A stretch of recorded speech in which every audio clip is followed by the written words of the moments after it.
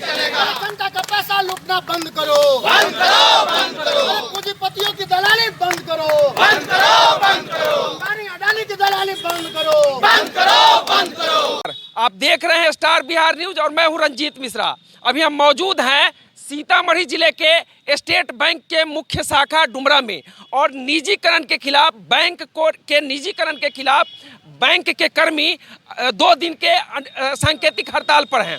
ये इन लोगों से हम बात करेंगे कि सरकार जो निजीकरण करना चाह रही है बैंकों का, उसको लेकर बैंक कर्मियों एवं आम जनता को इससे क्या नुकसान होगा। वहीं सीतामढ़ी जिले में कल के अनुसार कल लगभग 550 करोड़ का नुकसान हुआ है। बैंक जो बंद थी, सीतामढ़ी जिले के 168 शाखा 20 बैंकों के 168 शाखा बंद थी, जिसमें ग्रामीण बैंक, कोऑपरेटिव बैंक एवं राष्ट्रीय बैंक के सभी शाखाएं बंद थी।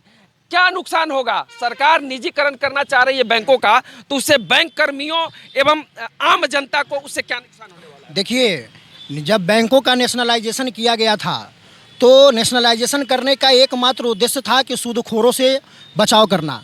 जनता की पैसा सरकारी बैंक में सुरक्षित रहे, इसकी गारंटी भारत सरकार लेती है। अगर यही सरकार ये सरकारी बैंकों को अगर प्राइवेट कर देगी तो जो भी जनता यहाँ पे और जो भी गरीब आदमी, गरीब किसान, गरीब मजदूर जो यहाँ पे पैसा जमा करते हैं, उनकी सुरक्षा की गारंटी कौन लेगा? और जहाँ तक बैंक कर्मियों का सवाल है, तो बैंक कर्मी जब निजीकरण हो जाएगा, आप जान लीजिए निजीकरण होने के बाद चापलूसी, चाटुकारिता बढ़ जाएगी। मतलब कह सकते हैं कि जो अधिकारी होंगे उनका चाटुकारिता लोग नहीं करेगा, बैंक कर्मी नहीं कर देगा तो सुसाइड कर देगा, निकाल देगा। बिल्कुल, आज वही हो रही है। अभी सरकारी बैंक में हर आदमी स्वतंत्र है और अपने हिसाब से काम करता है, अपने नियमों के मुताबिक। नियम और जो भी कानून है उनके दायरे में रह करके वो स्वतंत्र रूप से कार्य करते हैं। बाद में निजीकरण के बाद उनको हर कार्य करने के लिए बाध्य किया जाएगा, गलत कार्य करने के लिए बाध्य किया जाएगा। और एक बैंकर भी बैंक से निकलने के बाद आम जनता ही होती है। आम जनता होती है जी, और आम जनता की पैसे की सुरक्षा की गारंटी भारत सरकार की होती है। सार्वजनिक बैंकों का नेशनलाइजेशन कभी भी प्रॉफिट मेकिंग के लिए नहीं किया गया था। वो नेशनलाइजेशन इसलिए किया गया था ताकि जनता की पैसा सुरक्षित रहे, उसकी जवाबदेही ले। लेकिन आज ये प्रॉफिट और लॉस की बात करते हैं। प्रॉफिट और लॉस की भी बात अगर हम कहें तो ये जितनी सरकारी योजनाएं हमारे सरकारी बैंकों पर अगर लाद देते हैं, वो सरकारी योजनाएं आज भी सरकार हमसे 1 साल के लिए छोड़ दे, सारी सरकारी बैंक मुनाफा कमा करके इनको दिखाएगी। और आजमाने के लिए प्राइवेटाइजेशन की बात करते हैं। अभी भी भारत में प्राइवेट बैंक्स हैं। ये जितनी सरकारी योजनाओं का क्रियान्वयन सरकारी बैंकों के द्वारा ये करवा रहे हैं। जनधन खाता सबसे ज्यादा आप ही लोग खोले हुए थे। बिल्कुल, जनधन खाता ही की बात क्यों कर रहे हैं आप? नोटबंदी से लेकर के जितना कार्य हुआ है, जनधन हो, मुद्रा योजना हो, अटल पेंशन योजना हो, प्रधानमंत्री की जो भी स्कीम हो, उनके इलेक्शन कार्यक्रम और कैंपन के दौरान जो भी योजनाएं चलाई जाती है। अभी मैं एक उदाहरण देता हूं, स्ट्रीट वेंडर, ठेला वाले और गरीब मजदूरों को 10-10 हज़ार लोन की स्कीम लाई गई थी। बताइए कितने प्राइवेट बैंक किए हैं? सभी सरकारी बैंकों पर लाद दिया गया है। और जो आप नुकसान की बात कह रहे हैं कि बैंकों को इतना और सरकार को इतना नुकसान हुआ है, तो ये जुमलेबाजी भारत सरकार बंद करे। अभी बिहार में बिहार पंचायती चुनाव चल रही है। हर बैंक में से, हर ब्रांच से 3-3, 4-4 स्टाफ को 4-4, 5-5 इलेक्शन दिया गया है, जिसका नुकसान और खामियाजा बैंक और बैंक कर्मी और उनके अधिकारियों को भुगतना पड़ता है। इसकी चिंता न तो राज्य सरकार को है, इसकी चिंता न तो प्रधानमंत्री को। राज्य सरकार, बिहार के मुख्यमंत्री नीतीश कुमार बोले थे कि हर पंचायत में एक बैंक का शाखा होगा, परंतु कई ब्रांचों को बंद कर दिया गया है। कई शाखाएं जो हैं ग्रामीण क्षेत्रों में, जो शाखा थी प्राइवेट बैंक का, उसको बंद कर दिया गया है।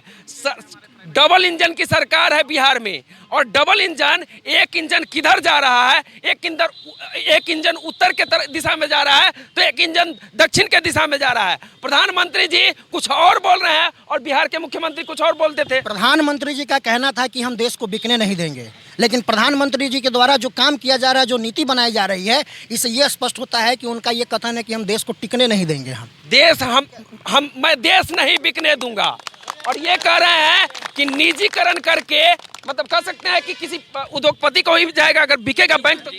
अडानी जी, अंबानी जी इसमें सबसे पहले नंबर। अभी हर व्यक्ति कदम से कदम मिला करके मोदी सरकार को इसलिए साथ दिया था और उनको सरकार बनाई थी ताकि जितनी सरकारी संस्थाएं जो कमजोर अवस्था में है उसको वो मजबूत करेंगे, ताकि रोजगार बढ़ेगी, हमारी सरकारी संस्थाएं मजबूत होगी। और आज उल्टा हो रहा है, ये सरकारी संस्थाओं को कह रही हैं कि हम प्राइवेटाइजेशन कर रही है। मतलब सरकार अपना पल्ला झाड़ रही है, वो अपने दायित्व से भाग रही है कि हम इसके जिम्मेदार नहीं होंगे। और प्लस वो प्राइवेटाइजेशन उद्योगपतियों अंबानी और अडानी की दलाली इसलिए कर रहे हैं क्योंकि इलेक्शन का खर्च तो वही लोग ना उठाते हैं।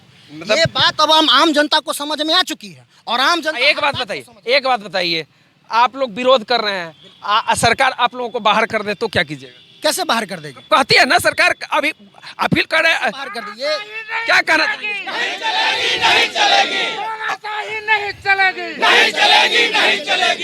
सर मुझे इस बैंक में या जितने सारे सरकारी कर्मचारी हैं दान में नौकरी नहीं मिली है। हाँ। अपने मेहनत करके बलबूते पास करके हम यहाँ पर बैठे हैं। ठीक है, किसी का हिम्मत नहीं है कि हमको निकाल देंगे हम।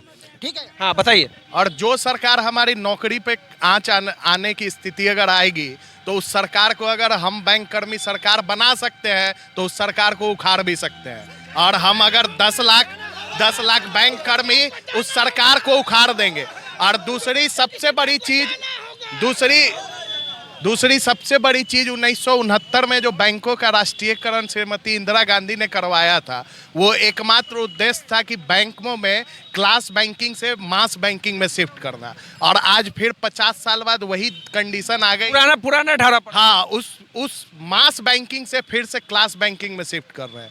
और जो आज के डेट में जो सरकारी बैंक जो ऋण आज के डेट में 10% और 9% पे दे रहे हैं, वही प्राइवेट बैंक वही ऋण 18% और 20% पे। तो इससे कहीं ना कहीं खतरा आम लोगों को भी है। और सबसे बड़ी चीज बेरोजगारी की एक समस्या। 12 घंटा बता रहे थे ना कि 12 घंटा ड्यूटी कराने की बात हो रही है प्राइवेट क्षेत्र में। 12 घंटा हम लोग ऑलरेडी ड्यूटी कर रहे हैं, 12 घंटा ऑलरेडी ड्यूटी कर रहे हैं। लेकिन आने वाले जनरेशन को सबसे बड़ा नुकसान होगा जॉब लॉस का। जो आज हम लोग 2010 से लेके 16-17 तक जो मास लेवल पे रिक्रूटमेंट हुआ था बैंकों में, वो अब नहीं होगा सीधा। उसमें सीधा हायर एंड फायर सिस्टम चलता है प्राइवेट बैंकों में। और हम लोग पढ़ लिख के एग्जाम दे के जो भी आज के डेट में बेरोजगार है, जो तैयारी कर रहे हैं बैंक, एसएससी, रेलवे का, वो सीधा खत्म हो जाएगा।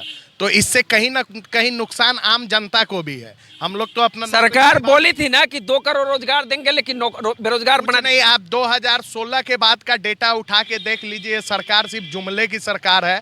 आप 16 के बाद का डेटा उठा के देख लीजिए और पता कर लीजिए कितनी नियुक्तियां हुई है बैंकों में या किसी भी सेक्टर में। ये सिर्फ बोलने वाली सरकार है, कुछ करने वाली सरकार नहीं। और सबसे बड़ी एक चीज़ है, जो सबसे बड़ा मुद्दा है बेरोजगारी का, उस पर सरकार बात नहीं। सरकार के पास कोई स्पष्ट इसका ये है क्लेरिफिकेशन दे सरकार की क्यों प्राइवेटाइजेशन करना चाह रही। सरकार सीधा बोल रही है प्राइवेट क्यों करना चाह रही है, इसके पीछे सरकार का कोई लॉजिक नहीं है। सरकार अपने स्टेक में से बेच ले, लेकिन कंट्रोल अपने हाथ में। बहुत सारे बैंक में 90% स्टेक है, उस स्टेक को बेच ले।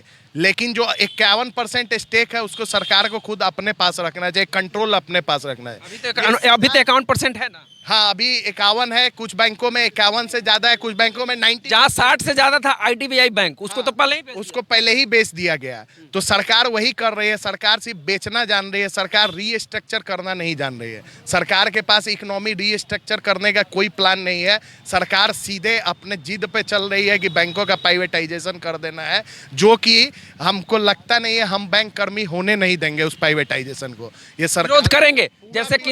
जैसे किसान दिल्ली बॉर्डर पर विरोध किए हैं, तो उनका लागू हुआ है, उनको लेटर मिला है बजाबते, और किसानों के साथ माफी मांगना पड़ा प्रधानमंत्री को। तो क्या आप लोग ऐसे हड़ताल करेंगे? वही हम तैयार है। हम इसके बाद अगर सरकार हमारी बातें नहीं मानती है, ये जो बैंकिंग अमेंडमेंट लॉज बिल 2021 लाई है उसको वापस नहीं लेती है, तो इसके आगे हम इंडेफिनिट स्ट्राइक के लिए जाने के लिए तैयार हैं। हम बैंक अनिश्चितकालीन हड़ताल करेंगे आप? जी, हम लोग बिल्कुल तैयार है। और जहाँ तक प्राइवेटाइजेशन की बात है, प्राइवेटाइजेशन सिर्फ मुनाफे के लिए होता है। आप आंख उठा के देख लीजिए। प्राइवेटाइजेशन मुनाफे के लिए होता है तो सरकार को उससे तो मुनाफा नहीं होगा। जो उद्योगपति होंगे, कॉर्पोरेट घराने होंगे, उनको होगा। एक कॉर्पोरेट घराने को मुनाफे पहुंचाने की बात है।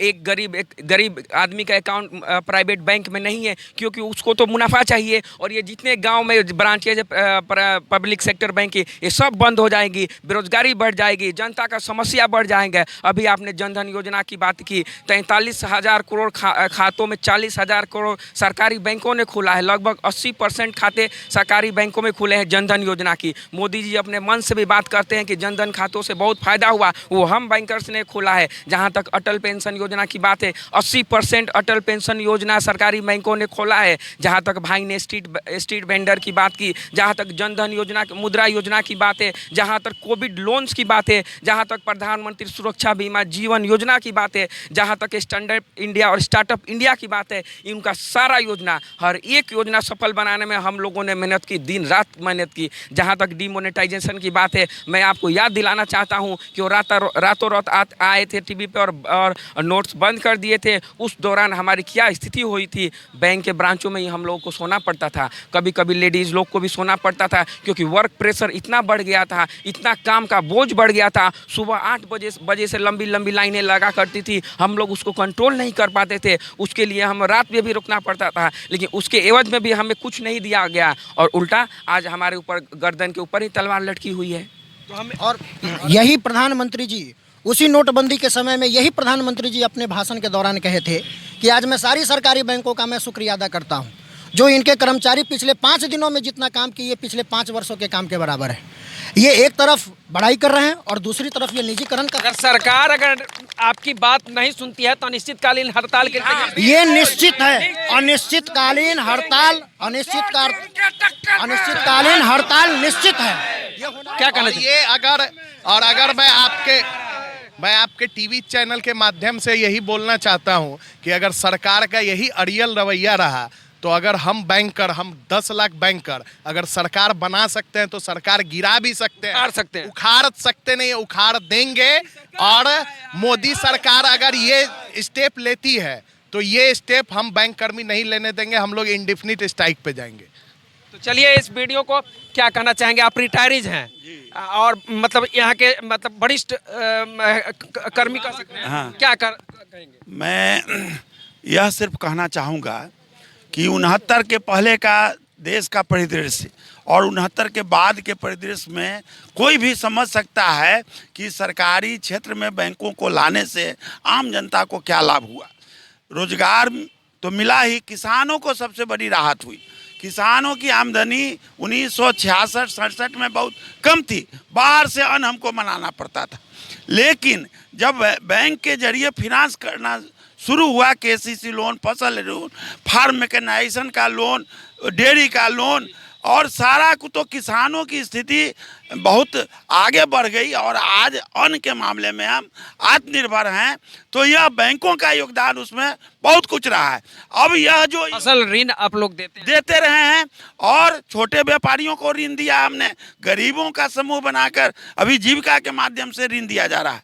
तो यह सारा कुछ सरकारी क्षेत्र का बैंक है, तभी आम लोगों को लाभ पहुंच रहा है, जैसे ही प्राइवेट होगा। इसलिए आम जनता से हम अपील करना चाहते हैं हड़ताल के अवसर पर कि यह सरकार की जो नीति है उसका हम लोगों के साथ खिलाफत करें और बैंक को सार्वजनिक क्षेत्र में रहने के लिए सरकार पर दबाव बनाएं। जनता से भी अपील कर रहे हैं कि जनता हम लोगों के साथ दे, ताकि हम जो है ग्रामीण क्षेत्र में जितने बैंक हैं, प्राइवेट बैंक थे, उनको बंद कर दिया गया है। और बिहार के मुख्यमंत्री नीतीश कुमार बोले थे कि हर पंचायत में हम एक बैंक का शाखा खोलेंगे, परंतु वो धरातल पर नहीं आ पाएगा। भारत सरकार का जो नीति है, नीति के खिलाफ ये लोग बोल रहे हैं। बैंकों का प्राइवेटाइजेशन होगा, निजीकरण होगा, उसके बाद आम जनता एवं बैंक कर्मियों पर उसका भारी नुकसान होगा। बिल्कुल, अंत में हम यही कहना चाहेंगे कि मोदी सरकार जो है ना, मन की बात कहते हैं, मन की बात सुनते नहीं है। क्या कहना चाहेंगे? ये अभी दो दिवसीय जो हम लोगों का यूएफबीयू के तत्वाधान में जो स्ट्राइक था, उसमें सारे कर्मचारी और अधिकारीगण जो 10 लाख के आसपास है, उन्होंने अपने 2 दिन का सैलरी इसमें कटवाया है। और ये जो हमारा हड़ताल है वो हम लोग अपने कोई एक डिमांड बैंकर का इसमें नहीं है, सिर्फ और सिर्फ जनता के फेवर के लिए। क्योंकि मेरा कोई HDFC बंधन बैंक, ICICI एक्सिस बैंक ना सोरवर्षा में है, ना मेजरगंज में है। आप किसी सुदूर क्षेत्र में जाके शहर में है सिर्फ शहर में है। और हमारे सीतामढ़ी के एटलीस्ट सीतामढ़ी में तो हमारा जितना है लोग जनता है वो सुदूर क्षेत्रों में रहते हैं। कोई भी प्राइवेट बैंक सुदूर क्षेत्र में नहीं है। ये सैलरी हम लोग कटवा के सिर्फ और सिर्फ जनता की भलाई के लिए, तो कृपया हमारा इसमें सबसे ज़्यादा विनती है जनता से कि कृपया इसको नेगेटिवली ना ले, नकारात्मक ये दृष्टि से ना देखे कि बैंक हड़ताल करती है हम लोगों को दिक्कत होता है। जी नहीं, अगले दिन काम हम ही बैंकर करते हैं जितना पेंडिंग होता है। इसमें हम उनके भलाई के लिए ये 2 दिन का अपना सैलरी कटवा के स्ट्राइक पे हैं और उनसे गुजारिश है कि हम लोगों का पूरा इसमें सहयोग करें। जनता से सहयोग मांग रहे हैं। तो चलिए इस वीडियो को हम यही समाप्त करते हैं। वीडियो पसंद आए तो शेयर कीजिएगा। निजीकरण के खिलाफ सभी बैंक, मतलब 20 बैंक के 168 ब्रांच सीतामढ़ी जिले में बंद हैं और उसके खिलाफ पूरे भारत में ये यूनियन जो है, बैंकर्स कर्मियों का जो यूनियन है उसके द्वारा बंदी किया गया है, सांकेतिक बंदी है। और इन लोगों का कहना है कि सरकार अगर बात नहीं सुनती है तो हम लोग अनिश्चितकालीन हड़ताल के लिए भी तैयार हैं। तो चलिए इस वीडियो को हम यही समाप्त करते हैं। वीडियो पसंद आए तो शेयर कीजिएगा। देखते रहिए स्टार बिहार न्यूज़। धन्यवाद।